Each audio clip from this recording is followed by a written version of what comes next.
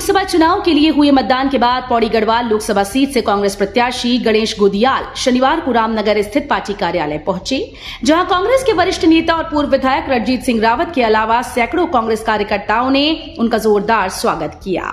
इस दौरान कांग्रेस प्रत्याशी गणेश गोदियाल ने चुनाव को लेकर पार्टी कार्यकर्ताओं की एकजुटता व मेहनत के लिए कार्यकर्ताओं का जहां एक ओर आभार व्यक्त किया, तो वहीं उन्होंने उत्तराखंड के साथ ही पौड़ी गढ़वाल लोकसभा क्षेत्र जनता का भी आभार व्यक्त किया। उन्होंने कहा कि आज जिस प्रकार उनकी लोकसभा के विधानसभा क्षेत्र में भाजपा के मजबूत बूथ पर जो मतदान काम हुआ है, उससे स्पष्ट है कि अब जनता सब जान चुकी है और जनता ने शांत होकर जो मतदान किया है उससे निश्चित तौर पर कांग्रेस की जीत निश्चित है। उन्होंने कहा कि आज केंद्र में 10 साल तक राज करने वाली भाजपा सरकार केवल झूठ बोलकर देश की जनता को ठगने का काम करती रही और इस बार उत्तराखंड और देश की जनता भाजपा को इसका जवाब देगी। साथ ही उन्होंने कहा कि आज उत्तराखंड के जंगल चारों तरफ आग की भेंट चढ़ रहे हैं, लेकिन सरकार इस ओर कोई ध्यान नहीं दे रही। उन्होंने कहा कि सरकार केवल संसाधनों की लूट कर रही है। साथ ही उन्होंने कहा कि लोकसभा का मतदान होने के 3 दिन बाद सरकार ने उत्तराखंड में बिजली के दामों में 7% की मूल्य वृद्धि का फरमान जारी कर जनता को लूटने का काम किया है। उन्होंने कहा कि इस चुनाव में उत्तराखंड में बढ़ती बेरोजगारी, महंगाई, पलायन, भ्रष्टाचार और बदहाल कानून व्यवस्था के साथ ही अंकिता भंडारी हत्याकांड भाजपा की हार का कारण बनेगा। उन्होंने कहा कि कांग्रेस ने इन सभी जनता से जुड़े मुद्दों को लेकर चुनाव लड़ा है और जनता का फैसला इस बार कांग्रेस के पक्ष में होगा। तो वहीं उन्होंने अपनी जीत का भी दावा किया। वहीं कांग्रेस के पूर्व विधायक रणजीत सिंह रावत ने केंद्र और राज्य सरकार पर गंभीर आरोप लगाते हुए कहा कि इस बार निश्चित तौर पर उत्तराखंड और देश में जनता इस तानाशाह सरकार को जवाब देगी। 5 सीटों पर जितने भी मतदाता हैं सबका धन्यवाद ज्ञापित करता हूं। उनके खिलाफ शिकायत दर्ज की थी, उनका मकसद मेरे चुनाव को प्रभावित करना था।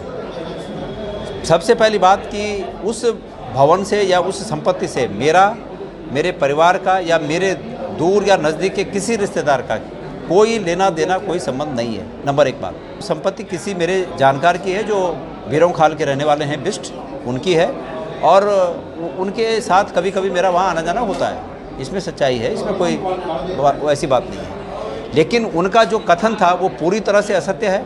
उनका ये कथन कि वहाँ गैर कानूनी लकड़ी है, ये पूरी तरह से शायद असत्य है और मैंने उन्हें चुनौती दी कि वो इसको साबित करें। मैंने FIR दर्ज की, उन्हें परसों शायद बुलाया गया था, उन्होंने मेडिकल लगाया कि मैं बीमार हूँ इसलिए मैं आने में असमर्थ हूँ। मुझे पुलिस विभाग द्वारा ये बताया गया कि शिकायत जिसके खिलाफ आपने शिकायत की है उन्होंने ये अवगत कराया है कि उनकी तबीयत ठीक नहीं है और वो फिलहाल नहीं आ सकते हैं। आज मैंने ये किसी ने मुझे बताया कि उन्होंने अपने उससे वो जो उनका पेज होगा उससे वो डिलीट कर दिया है।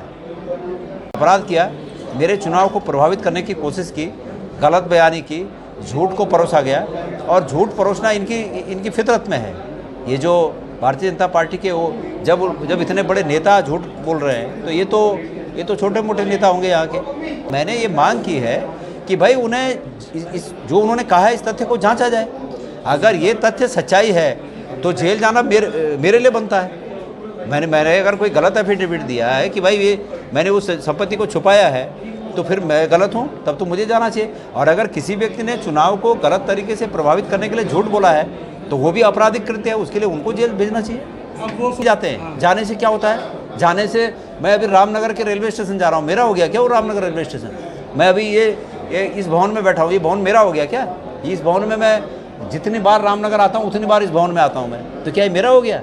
कैसी बातें करते हैं ये। मुझे लगता है ऊपर से नीचे तक सब बेवकूफ़ बैठे हुए हैं जगह जगह पर इनके। क्या ये बात कि वो कोई आदमी कहीं जाता है तो उसका हो गया? उन्होंने कहा क्या? उन्होंने कहा ये है कि गणेश गोदियाल बोलता है कि मेरे पास कुछ नहीं है। गणेश गोदियाल ने अपने एफिडेविट में ये संपत्ति छुपाई है, जबकि ये संपत्ति गणेश गोदियाल की, ये कहा ना उन्होंने, और इसके अंदर चोरी की लकड़ियाँ रखी, ये कहा ना उन्होंने। तो ये साबित करना अब उनका काम है कि नहीं है? ये साबित करना उनका काम है। और अगर निकलेगा तो जेल मुझे भेजें और झूठ निकलता है तो जेल उनको जाना चाहिए कि नहीं जाना चाहिए? ये न्याय है ना? तो हम न्याय की मांग कर रहे हैं।